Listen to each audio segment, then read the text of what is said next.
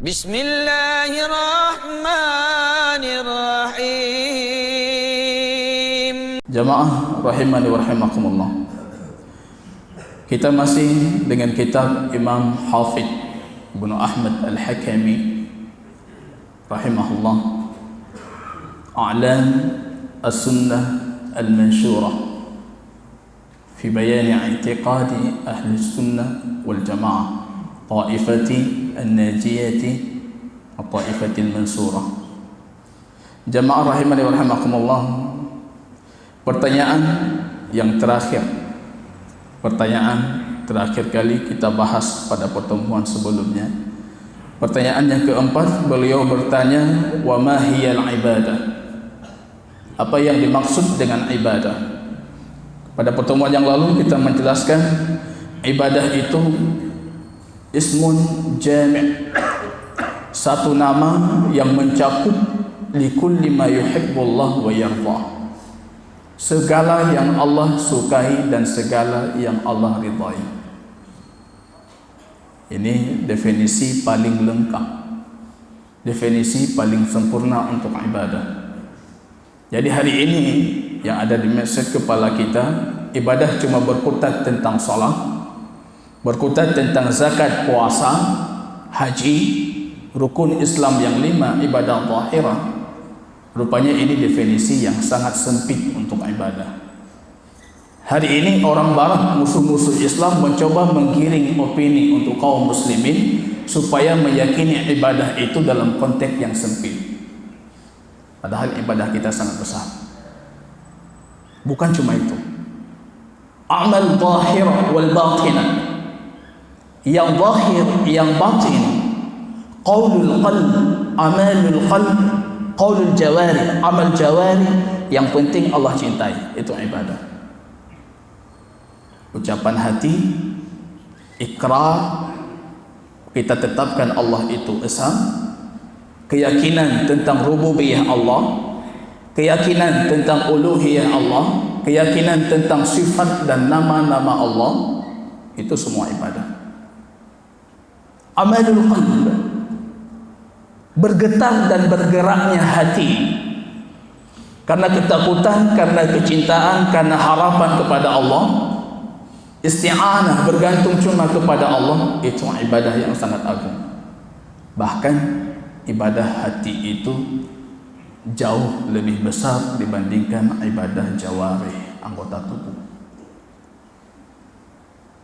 Ini definisi yang sangat mencakup segala bentuk ibadah. Beliau mengatakan amal al-jawarih, qaulul lisan, ucapan lisan juga ibadah. Hati-hati. Konsepnya dalam hadis baginda Rasul, alaysa idza wada'aha fil haram alaihi wisr, kalau engkau jadikan itu pada sesuatu yang haram, engkau berdosa, maka ketika Anda jadikan itu pada sesuatu yang halal, yang baik, maka Anda berpahala. Maka dalam hadis pada pertemuan yang lalu kita sebutkan, berjima menggauli istri, maaf cakap, baginda Rasul mengatakan alaihi ajr, dia dapat pahala. Ya Rasulullah, kami menggauli istri kami dapat pahala. Dapat, kata baginda Rasul. Alaysa idza wada'aha fil haram, bukankah kalau dia meletakkan di haram dia berdosa? Ini cara kita pahami ibadah. Kalau haram berdosa, yang tidak haram berpahala.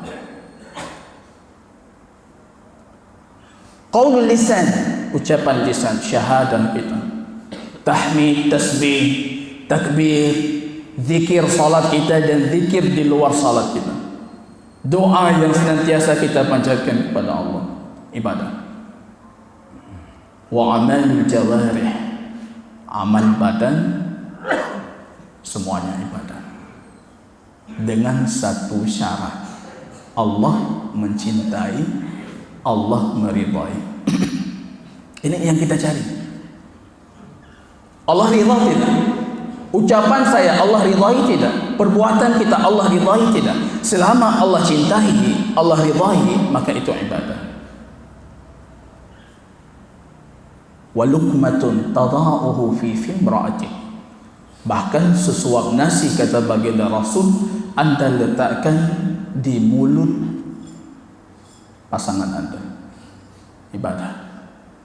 Hari ini makna ini yang tidak kita hadirkan, Bapak Ibu. Bekerja tiap hari, pergi sekolah tiap hari, berangkat mencari nafkah tiap hari, tapi kita tidak pernah menghadirkan kalau kita sedang melakukan ibadah yang sangat besar. Hatta luqmah, sesuap, apalagi satu piring, apalagi 5 piring tiap hari kita bawa ke rumah.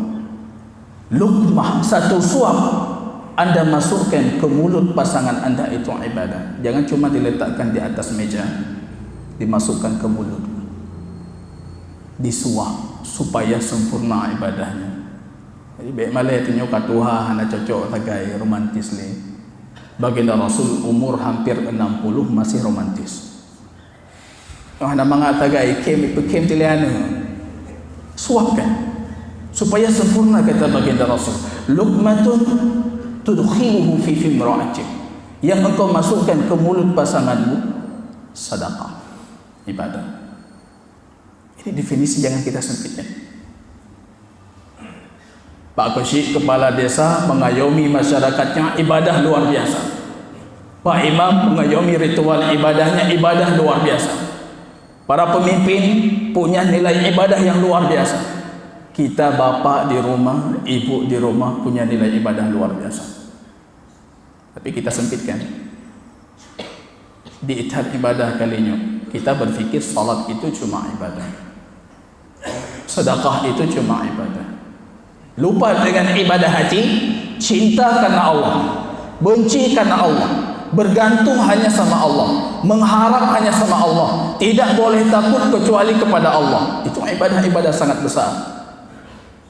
Sama seperti ibadah lain tidak boleh kita peruntukkan kecuali kepada Allah, maka ibadah hati tadi tidak boleh kita peruntukkan kecuali kepada Allah. Tidak boleh takut kecuali kepada Allah, tidak boleh mengharap kecuali kepada Allah, tidak boleh mencintai kecuali karena Allah. Kemudian jamaah rahimani wa rahimakumullah, beliau melanjutkan, mata yakunul amalu ibadah. Kalau demikian definisi ibadah, maka kapan dikatakan sebuah perbuatan itu ibadah? Beliau mengatakan, idza qamula fihi syai'in wa huma kamalul hukm ma'a kamalul dhul. Ketika sebuah perbuatan itu terpenuhi dua hal, kata beliau, maka dia dinamakan ibadah. Kamalul hukm, kecintaan, wa kamalul dhul, dan kerendahan kepatuhan. Cinta, patuh. Kalau tidak, bukan ibadah. Cinta, patuh. Kepatuhan ini melahirkan rasa ketakutan dan melahirkan rasa pengharapan. Jadi 3 tadi. Ada yang kita cinta tapi kita tidak patuh, bukan ibadah.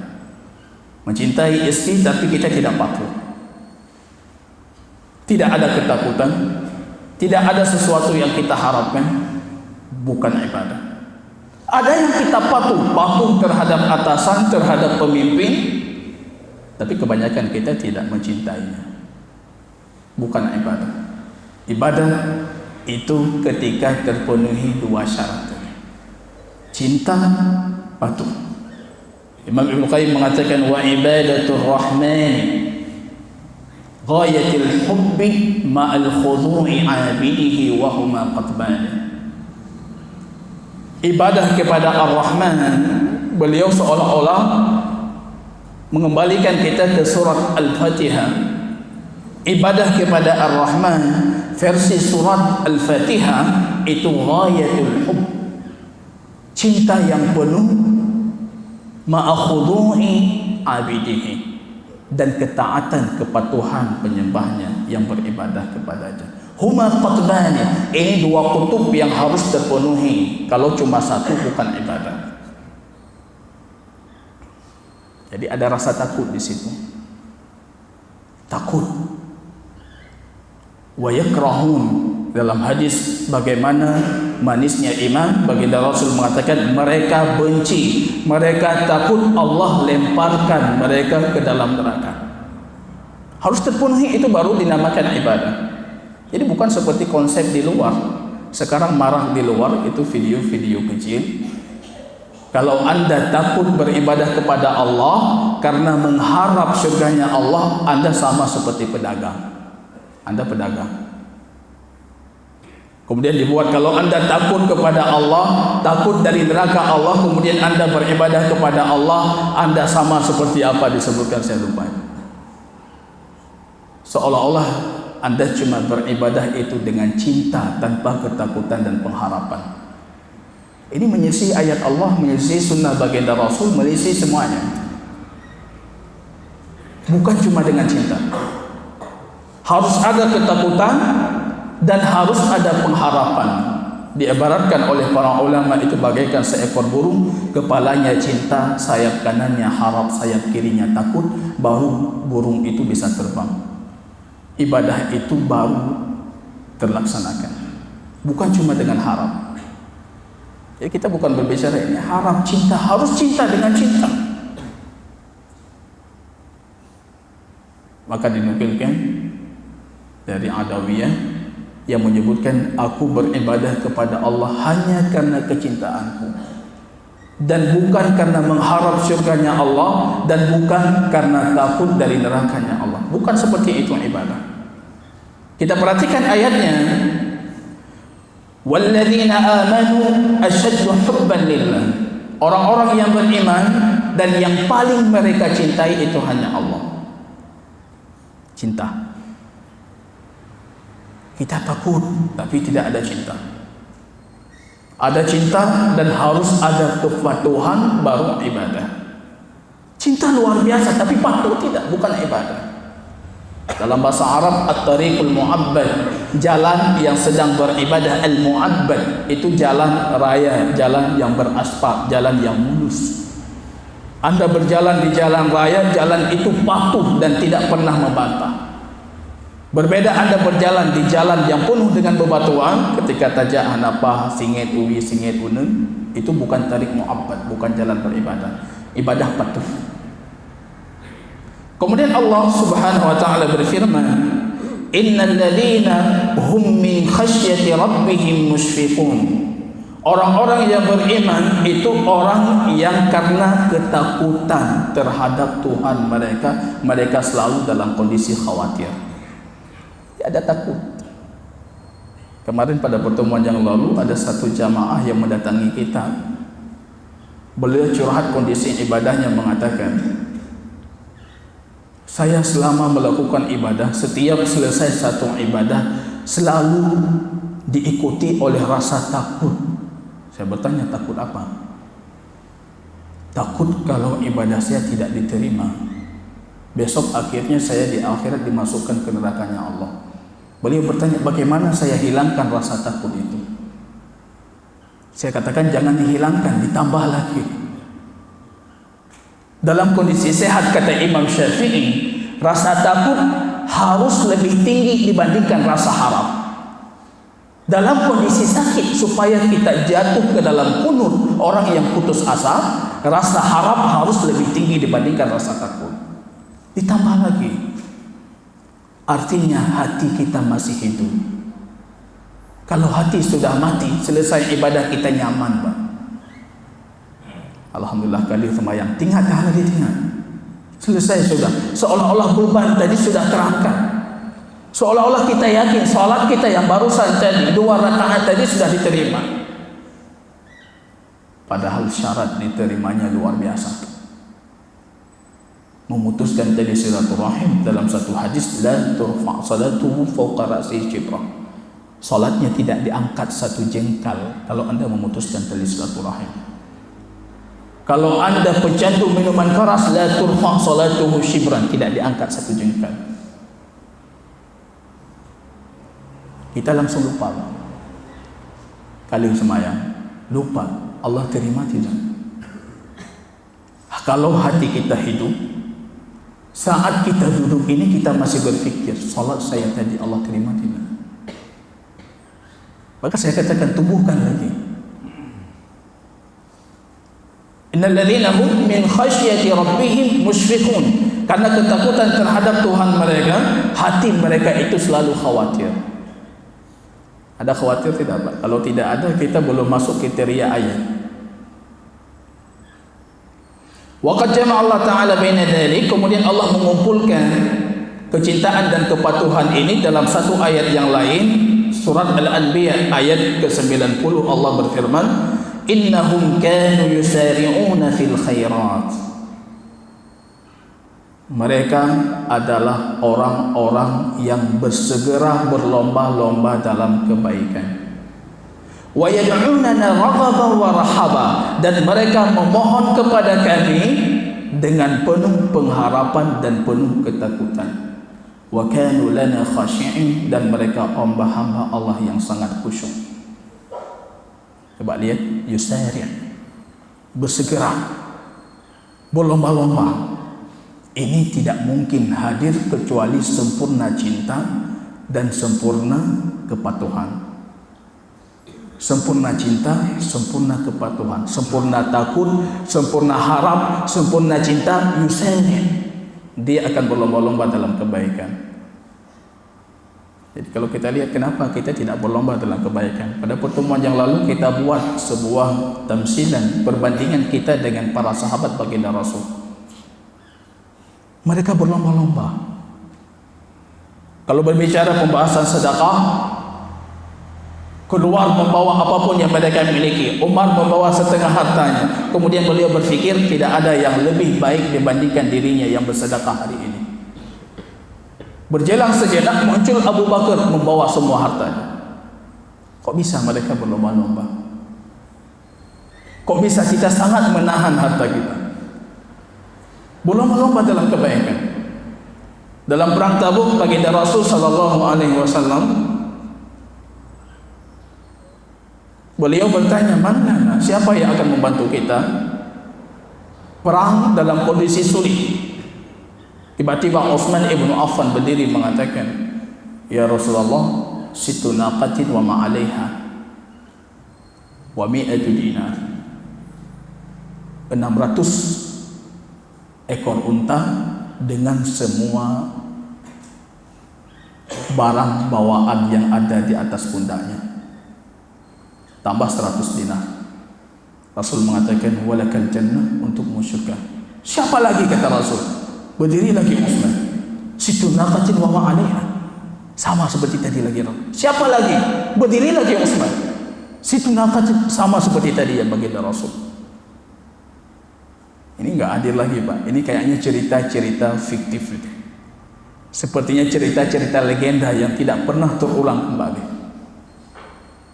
Dhahaba ahlud dusur bil ujur, orang-orang fakir dari kalangan para muhajirin disebutkan dalam hadis, disebutkan dalam beberapa riwayat lain, termasuk sebagian orang Ansar ikut para muhajirin ketika itu. Orang fakirnya datang kepada baginda Rasul mengatakan, ya Rasulullah, dhahaba ahlud dusur bil ujur.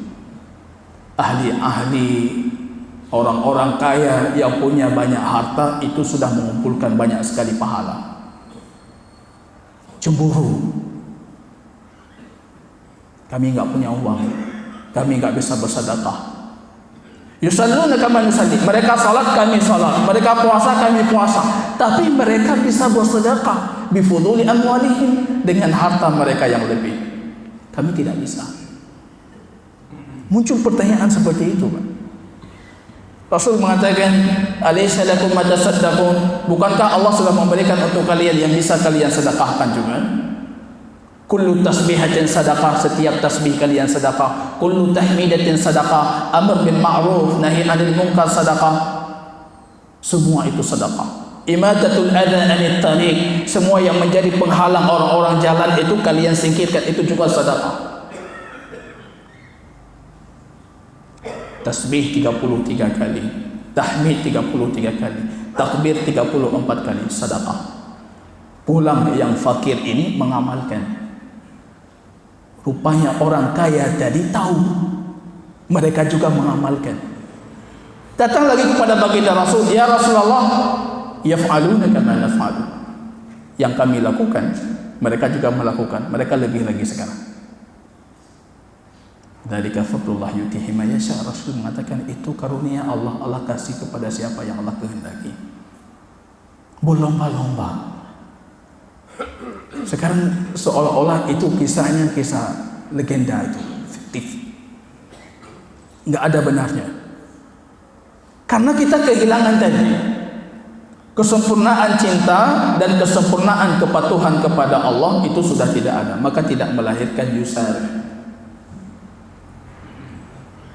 Maka kita jamaah rahimani wa rahimakumullah, kembali ke surat Al-Fatihah tadi. Tadi barusan kita berdoa, ihdinas siratal mustaqim. Ya Allah, berikan kami jalan yang lurus. Kita lupa sebelumnya ada 4 ayat tadi. Alhamdulillahi rabbil alamin, arrahmanir rahim, maliki yaumiddin, iyyaka na'budu wa iyyaka nasta'in, baru ihdinas. Alhamdulillah rabbil alamin, tumbuhkan cintamu kepada Allah karena Allah itu penciptamu dan Tuhan semesta alam. Ar-Rahmanir Rahim, Allah Maha Pengasih dan Maha Penyayang. Tumbuhkan rasa harapmu, raja, karena Allah itu Maha Pengasih. Harap. Maliki yaumiddin, Allah itu penguasa di hari kebangkitan, akan menuntut kembali, akan mengadili kembali. Munculkan rasa takut. Kalau 3 itu sempurna, baru melahirkan ibadah iyyaka na'budu yang sempurna. Kalau iyyaka na'budu sudah sempurna, artinya kita sudah mendapatkan ihdinas siratal mustaqim. 3 kali ilmu tentang Allah, 1 kali kita beribadah kepada Allah, iyyaka na'budu. Mempelajari ilmu tentang Allah, ilmu tauhid dan akidah harus lebih 3 kali durasinya, lebih banyak dibandingkan Anda mempelajari ilmu ibadah, ilmu syariah. Itu sepatutnya yang diajarkan kita dari surat Al-Fatihah. Yang kita kembali di masyarakat, kajian fikih merajalela di semua tempat, fikih. Tauhid di mana? Sepatutnya itu harus 3 kali lebih tinggi, lebih banyak dibandingkan kita mempelajari syariah. Syariah tidak mungkin sempurna dan tegak kecuali kita sudah memahami ilmu mentauhidkan Allah secara ilmi, keilmuan. Jadi cinta, harap, takut. Ada yang beribadah kepada Allah cuma karena kecintaan, tanpa takut, tanpa harap. Itu orang-orang sufi ya. Lihat mereka mengatakan, kami bukan pedagang beribadah karena mengharap. Kami bukan budak sahamba sahaya beribadah karena takut. Tapi kami beribadah kepada Allah karena cinta. Itu sufi.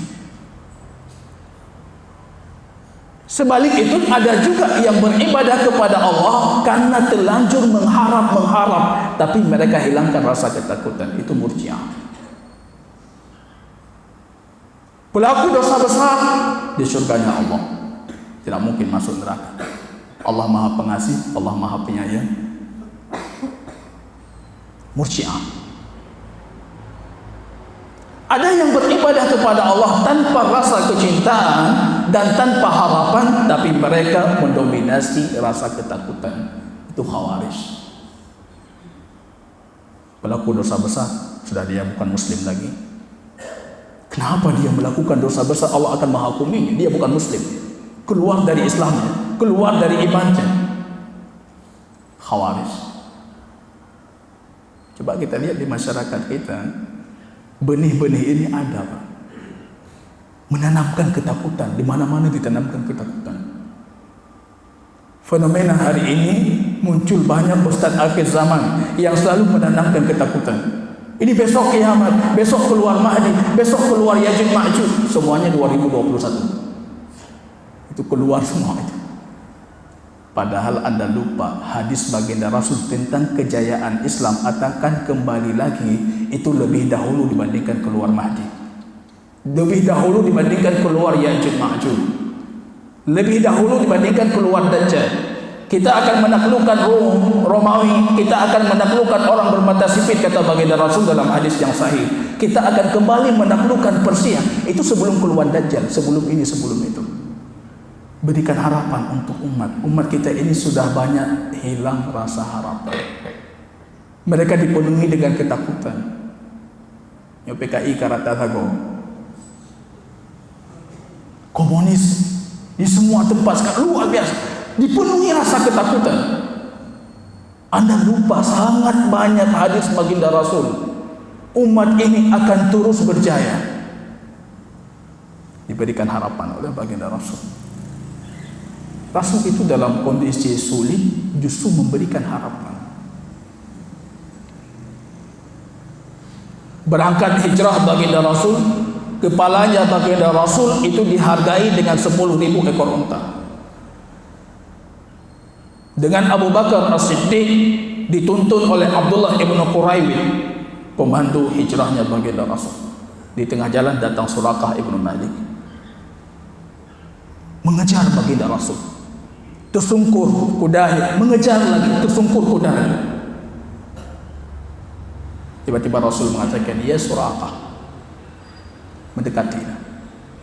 "Bagaimana menurutmu kalau kedua tanganmu itu akan mengenakan pergelangan tangan Raja Kisra Persia?" Orang Arab Badui datang dengan baju yang kumuh, rambutnya penuh dengan debu. Tiba-tiba diberikan harapan oleh baginda Rasul, "Tanganmu itu akan mengenakan pergelangan tangan Kisra, kepalamu akan mengenakan mahkota Raja Kisra." Rasul sedang dikejar, itu kepalanya 10.000 ekor unta dihargai. Tapi beliau masih sempat memberikan iming-iming, memberikan harapan. Di masa Khalifah Umar ibn Khattab, kaum muslimin bisa menaklukkan Persia, mahkota raja, harta raja, semuanya dibawa ke Madinah. Umar teringat hadis baginda Rasul, "Di mana Suraqah?" Datang Suraqah dari dusun sebagai orang Arab Badui, baju compang-camping, rambutnya berdebu. Umar mengatakan, "Ini mahkota raja, pakai." Karena Rasul sudah mengatakan, "Pakai." Ini pergelangan tangan dan pergelangan kakinya, pakai. Dipakai. Tertawa Umar, kelihatan gigi gerahamnya. Orang Badui yang kotor mengenakan pakaian raja. Harapan. Ini yang hilang dari umat kita. Dipenuhi dengan rasa ketakutan. Samping ini tak ibadah. Putar ibadah dalam Dajjal kali kematan. Umat ini akan terus berjaya. Dan kita pilarnya. Dari pendidikannya, dari ekonominya, dari ibadah kita akan terus berjaya. Semua hadis baginda Rasul, kita akan menaklukkan itu, menaklukkan itu, menaklukkan itu pasti dan sangat kita yakin akan kita lakukan. Ini ibadah tadi. Jangan penuhi rasa takut. Khawarij. Kalau cuma modalnya mengharap, itu Murji'ah. Buat aja sesuka hati, Allah itu Maha Pengasih, Maha Penyayang. Buat, nggak ada rim-rim. Maka kita harus ada cambukan dua tadi. Cambukannya harap, cambukannya takut. Kalau dua cambukan ini ada, ibadah kita sempurna. Tiba semangat sekali. Muncul rasa takut, kita kuatkan. Muncul rasa harap, kendor semangatnya. Muncul lagi, cambuk lagi dengan ketakutan. Neraka, cambuk lagi dengan azab Allah, cambuk lagi dengan ketakutan-ketakutan. Muncul lagi, naik lagi semangatnya. Maka dulu para sahabat kita, baginda Rasul itu yusari'una fil khairat, berlomba-lomba. Kemudian beliau bertanya, ma alamatu mahabbatil abdi rabbih? Jadi apa tanda kalau Allah mencintai hambanya? Para ulama mengatakan, jangan Anda bertanya tentang kecintaan Allah terhadap Anda, tapi Anda harus bertanya bagaimana Anda mencintai Allah. Seberapa besar kedudukan Allah di hati kita, seperti itu sepatutnya posisi kita di mata Allah. Maka beliau menjawab mengatakan alamatu dzalika ay yuhibba ma yuhibbullah wa yubghidu ma yubghidu. Tanda Allah mencintai hamba itu ketika dia mencintai apa yang Allah cintai dan ketika dia membenci apa yang Allah benci. Cintanya terhadap apa yang Allah cintai fayatamasal awamirah, kemudian dia akan melakukan semua perintah Allah dan meninggalkan larangan Allah. Ini cara kita mendeteksi cinta Allah. Cinta tunduk. Cinta tapi tidak tunduk, salah. Cinta itu melahirkan Anda akan melakukan apa yang diperintah, meninggalkan apa yang dilarang. Tunduk. Kami sangat mencintai baginda Rasul, maka kami melakukan ini. Tidak cukup kalau Anda tidak tunduk terhadap tata cara baginda Rasul. Kita sering mencintai baginda Rasul, modalnya cinta, Pak. Cinta sekali. Kalau Anda ingin membuktikan kecintaan Anda, maka Anda akan tunduk terhadap baginda Rasul. Saya sering mengatakan tunduk itu dalam ibadah 6 hal ya. Yang pertama, kita harus tunduk tata cara ibadah kita itu dari sisi adat jumlah. Rasul salat subuh 2 rakaat, Anda tambah 1 rakaat, Anda tidak tunduk. Walaupun Anda akan beralasan, saya mencintai baginda Rasul, saya suka salat subuh maka saya tambah. Anda tidak tunduk. Adat, tempat. Kalau ibadah dikhususkan tempatnya, Anda harus mengikuti tempatnya sesuai dengan petunjuk baginda Rasul. Wukuf di Arafah, di tanah Arafah, tidak bisa di Masjid Namirah. Banyak jamaah kita itu ketika wukuf masuk ke Masjid Namirah, melakukan salat jamaah takhir zuhur dengan asar, kemudian berdiam di masjid, berfikir masjid itu bagian dari Arafah. Padahal masjid itu bukan bagian dari Arafah. Anda harus keluar kepada Arafah. Kalau tidak, Anda tidak mendapatkan wukuf. Waktu, dan waktu pun harus kita tunduk. Lihat waktunya, Rasul melakukan kapan? Anda melakukan kapan? Saya sering memberikan contoh ibu-ibu kita di rumah, karena merasa kekhusyukan salat Isya didapatkan di akhir penghujung malam. Salatnya jam 3, salatnya jam 4, dilanjutkan dengan salat tahajud, dengan qiyamul lail, padahal waktu salat Isya itu ila nisfil lail, ila ghadaqi syams, sampai pertengahan malam. Lewat enggak dapat lagi. Saya lebih khusyuk, enggak dapat. Khusyuk itu dari syaitan. Karena Anda salat di luar waktu. Waktu, jenisnya harus ikuti jenisnya. Harus sama dengan jenis baginda Rasul.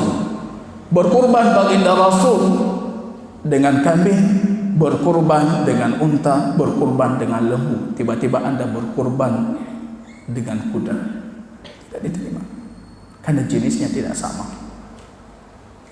Dan yang terakhir itu sebabnya. Sebabnya kenapa baginda Rasul beribadah ini? Karena sebabnya ini.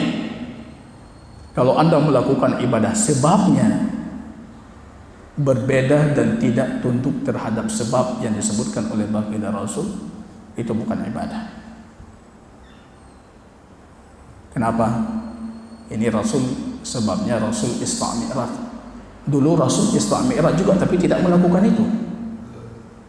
Sebabnya ada di zaman baginda Rasul, tapi beliau tidak beribadah mengkhususkan dengan sebab itu ibadah. Tiba-tiba dengan sebab itu kita khususkan jadi ibadah. Anda tidak tunduk di sini. Tunduk. Cinta tunduk. Tidak bisa cuma dengan modal cinta. Karena cinta itu, kata pengarang kitab kita Hafidz Ahmad Al-Hakami, itu akan melahirkan intisal, kesadaran untuk melakukan semua perintah dan kesadaran untuk meninggalkan semua larangan Allah. Wa yuwali awliya'ah, kemudian dia itu memberikan loyalitas untuk para wali-wali Allah. Wa yu'adi a'da'ah, dan dia memberikan kebencian dan permusuhannya untuk musuh-musuh Allah. Walidha kana awsaki aurul iman al-hubbu fillah wal bughdhu fillah. Maka Rasul mengatakan kekuatan iman yang paling kuat, ikatan iman yang paling kokoh itu mencintai karena Allah dan membenci karena Allah. Ini jemaah rahimani wa rahimakumullah, saya perhatikan ada sedikit waktu kita sebelum salat syuruk. Kalau ada yang patut kita diskusikan, kita persilakan.